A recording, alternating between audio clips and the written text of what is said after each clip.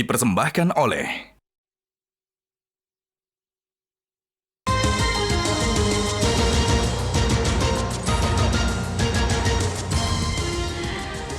Ya, pemirsa, Anda kembali bergabung bersama kami, masih menyaksikan live event Indonesia Memilih. Kita lanjutkan perbincangannya. Saya ingin ke Pak Putu.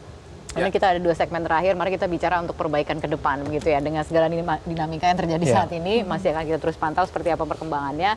Catatan ke depan, mungkin tadi kita sempat terucap, salah satunya misalnya, apakah mungkin kita bisa mempertimbangkan untuk ke depan e-voting gitu misalnya, yang sudah sering kali kita dengar, kita diskusikan, tapi tidak bisa dilaksanakan. Itu apa kendala terbesarnya sebenarnya?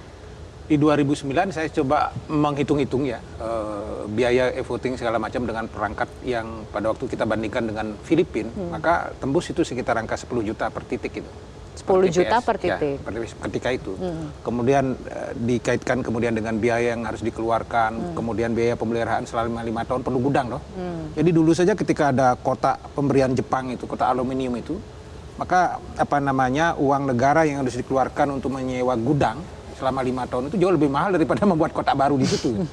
Artinya apa? Sebetulnya tidak efisien. Tapi bahwa bisa menyelesaikan begitu banyak permasalahan. Betul. Kita tidak bantah itu. Untuk kemudian bisa menyelesaikan real time langsung, kemudian kecurangan bisa dicegah. Iya.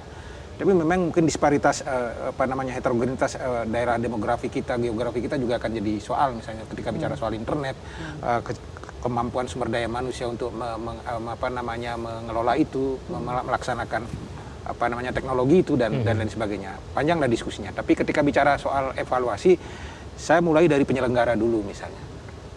Hari ini kita harus mengakui bahwa isu-isu soal penyelenggara yang dengan beberapa kasus yang kemudian muncul selama ini, apakah ijon dari partai, ijon dari DPR segala macam kan sempat muncul.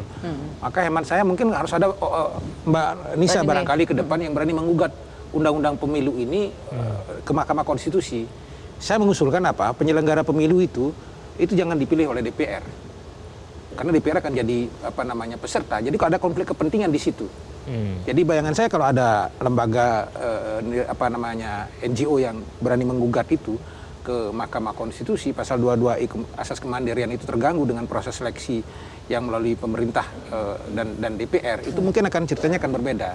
Supaya lebih independen begitu. Betul. Bayangan saya adalah negara sebagai kepala negara, presiden sebagai kepala negara membuat SK begitu yang mengisi 17 tim pansel, apakah dari unsur DPR 8, 9 dari unsur pemerintah. Pansel ini yang independen 17 orang ini yang memproses dari awal sampai final dan menetapkan siapa yang jadi KPU dan Bawaslu. Tidak ada sentuhan dari unsur politik manapun. Kalau itu dilakukan, mungkin itu salah satu bisa mengurangi dinamika yang terjadi sekarang. Maka orang terbaik yang akan muncul di situ, yang independensinya sangat bisa ini pertama dari sisi penyelenggara. Di level bawah juga akan bisa diatasi dengan baik persoalan kualitas sumber daya manusia. Kalau di hulunya itu sudah betul-betul qualified dan independensinya bisa dijamin.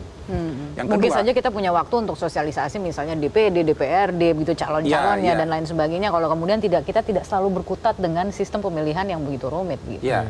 Kalau berkaitan dengan sistem pemilu yang ada sekarang, sebetulnya sekarang sudah bagus, tidak usah ada perubahan terlalu signifikan. Ya, tetapi yang menjadi catatan kemudian adalah sebetulnya keputusan MK dulu itu ketika memisahkan antara pemilu nasional dan pemilu lokal itu sudah cakep banget itu. Jadi bayangan kita hari ini pemilunya 3 surat suara saja, Presiden, DPD, DPR. Nanti tanggal 27 November kita ada pilkada, disitulah kemudian baru milih DPRD kabupaten dan provinsi. Udah cakep banget itu.